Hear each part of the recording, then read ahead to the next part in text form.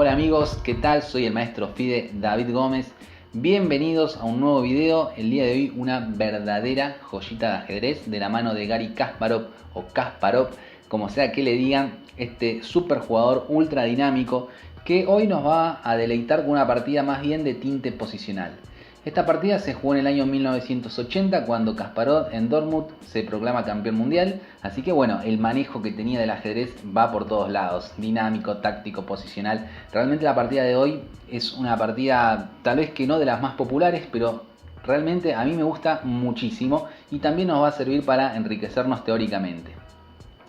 Bueno, también les quiero agradecer. El video pasado yo dejé links de colaboración para aquellos que quisieran apoyar al canal, dar una mano para motivar, seguir subiendo contenido, y realmente les agradezco a las donaciones, así que bueno, de eso muchísimas gracias. Y la partida que vamos a ver hoy también les comento que bueno, está acomodando un poquito acá la casa, lo que son las revistas, los libros de ajedrez, y me encontré con este libro que creo que es mi segundo libro de ajedrez, ¿sí? Lo habré comprado más o menos por el año 2002. Está en esta anotación, no la que usamos actualmente, sino la descriptiva. Creo que la de actualmente se llama algebraica y la anterior se llamaba descriptiva, que es esto de peón 4 rey, peón 4 dama, ¿sí? No es E4 E5. Es un libro viejísimo, pero tiene una colección de partidas muy buenas de Kasparov. Así que bueno, ¿qué les parece? Ahora sí, si arrancamos con la partida. En este caso Kasparov va con las piezas negras y le inician con C4. Podríamos decir que es una apertura inglesa, pero realmente se termina llegando a otro tipo de posición. Lo que tiene la inglesa muchas veces es que termina alcanzando posiciones de peón dama. En este caso las negras usan su formación de India del Rey, muy característica de Kasparov. Había aperturas como la siciliana Neidor, la India del Rey, que eran recurrentes total en Kasparov, así que vamos a ver cómo las manejaba. Enroque, alfil E2 y E5. Y acá viene la primera cuestión que nos vamos a adentrar un poco a lo que es la teoría de la posición. Conozco muchos jugadores que cuando recién arrancan con la India del Rey sostienen este avance, el de E5, primero con caballo C6, caballo B a D7 y luego hacen E5. La realidad es que E5 se puede jugar rápidamente y vamos a ver qué sucede acá, porque a primera vista podría parecernos que perdemos un peón. Tras peón por nos da la variante de cambio de la India del Rey, una variante que suelen decir que es muy tablífera o poco ambiciosa, como también lo podría ser la variante del cambio en la francesa, ¿sí? Tienen esa fama, pero uno después va encontrando que tiene algunas cuestiones molestas donde por ahí no es una ventaja, digamos, ultra decisiva, pero sí es una incomodidad durante muchas jugadas. Y en este caso las blancas tienen algunos truquitos como los vamos a mencionar ahora. En primer punto vamos a ver que tras caballo por E5, esta captura rápida del peón se puede refutar de manera sencilla con la jugada caballo por E4. ¿Sí? Caballo por E4, vemos la acción del alfil que dominaba casillas centrales, ¿sí? Y acá las negras recuperarían el material sin problemas. Otra posibilidad es que las blancas se traten de poner un poco astutas y hagan caballo por F7. Volvemos un poquito atrás por si nos perdimos, ¿no? Torre por D8, caballo por E5, caballo por E4 y ahora caballo por F7. La idea de esta jugada es que si rey por F7, caballo por E4, y ahí sí las blancas consiguen un peón. Pero las negras tienen la intermedia alfil por C3, jaque, B por C3 y rey por F7, ahora sí ganando material. Eso en primera instancia nos muestra que ganarse ese peón no es cosa sencilla, y es por eso que las blancas continúan con alfil G5.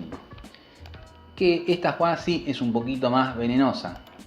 Estamos actuando en una clavada sobre la torre, cosa también que nos va a dificultar algún caballo por E4 en algún momento, y si las negras hacen H6, esta jugada ya es perdedora, porque vendría alfil por y ahora caballo de 5. Fíjense cómo ataca el alfil y también el peón de C7 con la torre que quedaría encerrada. Esto ya sería ventaja decisiva para el blanco.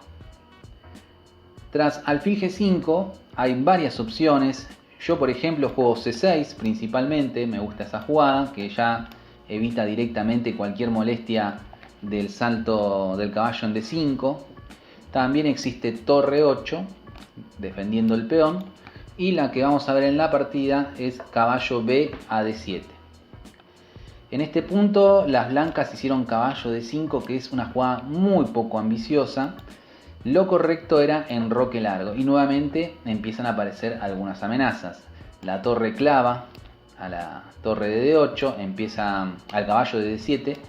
Empiezan a aparecer jugadas como caballo por E5 y nuevamente si H6, ¿no? Existen estas mismas jugadas un poco molestas, ¿sí? Toco en C7, amenazo caballo por F6. Entonces, después de enroque largo, podríamos intentar torre 8 para salir de la clavada, pero también vendría caballo B5. Ahora amenaza no solo el peón de C7, sino que un doble. Por lo tanto, el avanzar el peón no resuelve nada. Es por eso que, tras enroque largo, la jugada principal suele ser torre F8. De esta manera, caballo B5 deja de ser molestia.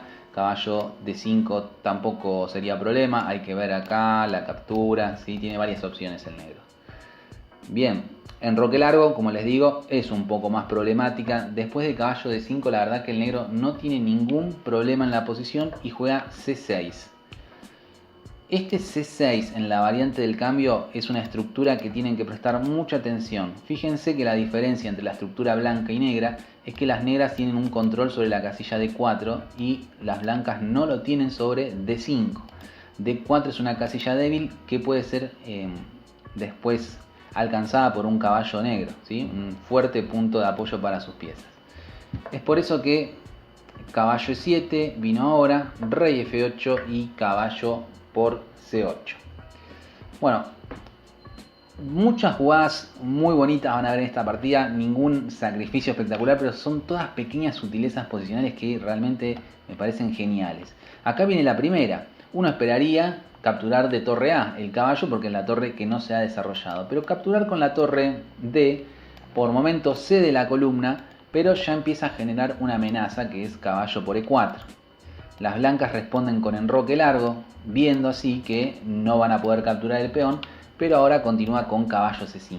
Y ahora por la doble amenaza, ya que el caballo de F6 no está clavado, esto obliga a las blancas a ceder, digamos, la pareja de alfiles, que si pensaban que era un punto fuerte, bueno, ya lo han perdido, ¿no? Fíjense que el blanco hizo toda esa maniobra del caballo para comerse un alfil que no se había desarrollado, que les dejaba la pareja de alfiles, pero algunas jugadas después no existe más esa ventaja, ¿sí? Entre 45 comillas. Bueno, después de alfil por F6 hay que defender el peón de E4, lo hace con alfil D3 y A5. A5 jugada clave y también va muy bien con este esquema. ¿Por qué? Muchas veces al caballo se lo intenta desalojar con un B4. Vamos a hacer de cuenta que las negras hubiesen jugado rey E7. Bueno, B4 en principio nos desaloja el caballo, pero nosotros decimos no hay problema porque nos acercamos a la casilla que nos interesa. Bueno, las blancas también poseen una casilla débil y es la casilla D6. Y este tipo de jugadas lo que permite muchas veces es este traslado del caballo. Parecen que son bastante jugadas, pero piensen que el negro también hizo lo mismo con su caballo. Ahora bien, en esta posición este avance parece algo muy apresurado porque existen reacciones en el flanco de dama bastante fuertes, pero es una idea a tener en cuenta y Kasparov haciendo A5 ya le suprime cualquier tipo de contrajuego en ese sector. Las blancas hacen torre H a E1 para después dejar liberado el alfil y nuevamente una muy bonita jugada de Kasparov que es torre E8. Un tanto enigmática parece, porque deja la torre en una columna cerrada y uno esperaría torre de 8, presionando el alfil, poniendo la torre en una buena columna. Antes que eso, Kasparov quiere mejorar esta pieza, que es la pieza mala que tiene la India del rey durante mucho tiempo, porque choca con su peón. Y de esta manera le va a conseguir una nueva ruta de acción. Es una muy buena jugada a nivel posicional. Alfil F1, las blancas van a intentar hacer algo parecido, alfil D8 y G3. Fíjense que las blancas también van a buscar nuevos horizontes para su alfil. Continúa con A4, rey C2 y alfil A5. molesta la torre tiene que ponerse a defender el peón. Y ahora nuevamente otra jugada que me gusta mucho, torre a d8. Las blancas en este momento podríamos decir que su única pieza razonable es su torre, que está controlando una columna. Bueno, Kasparov dice ni eso, ¿sí? Ni eso le dejo a este pobre mortal. Y tras la captura, ahora Kasparov es el que tiene el dominio de la columna. La captura del peón n5 realmente es un problema muy grave para las blancas porque le desarma toda la estructura y permite que la torre se incorpore con bastante fuerza. Es por eso que las blancas siguen con alfil h3. Bueno, f6, jugada también importante a nivel posicional. Liberamos todas las piezas para que actúen libremente y defendemos un peón con otro peón, ¿sí? En ajedrez muchas veces tenemos debilidades por peón aislado, peón retrasado, y estas debilidades son peones justamente que hay que defender con piezas, y ahí es donde se pierde la actividad y el buen juego de nuestras piezas. Defender peón con peón es lo más correcto. Continúa con torre 2. El alfil en h3 parece que no golpea con nada, pero bueno, muchas veces evita esta maniobra y es por eso que decide dejar el alfil ahí. Las negras hacen rey e7, con lo cual ya inevitablemente el caballo va a poder venir a e6. Las blancas tendrían la posibilidad de capturarlo, pero de todas maneras juegan alfil g2. Alfil g2 yo creo que es una jugada que viene a defender el peón d4 para en un futuro hacer caballo d2, tal vez caballo e1, caballo c3, buscar nuevas casillas para el caballo blanco. Caballo d3, fuerte jugada de presión, está amenazando caballo b4, jaque y amenazar el peón, y en caso de rey b1 vendría un mate tipo pasillo con torre d1. Las negras hacen a3 y caballo c5.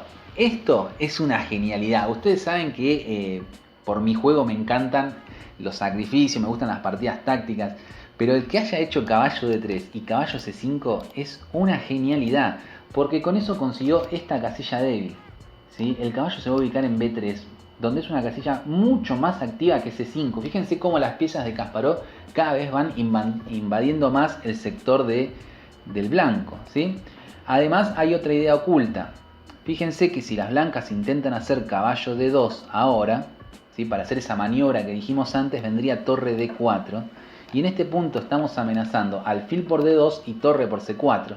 Y no puede hacer b3, porque la casilla quedó muy débil porque no está el peón de a2. Para mí eso es... Para mí, es una genialidad. Entonces vino h4, h5, nada por ningún lado, torre 3 y ahora le hace g5.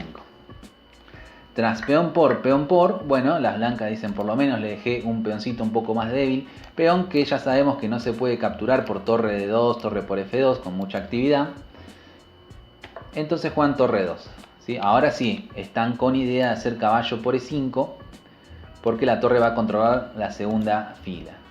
¿Qué habíamos generado antes? Una casilla débil importante, entonces la ocupamos. ¿Caballo por e5 se puede? No, ya no se puede por caballo de 4 jaque doble, ¿sí? Las blancas que hacen rey b1.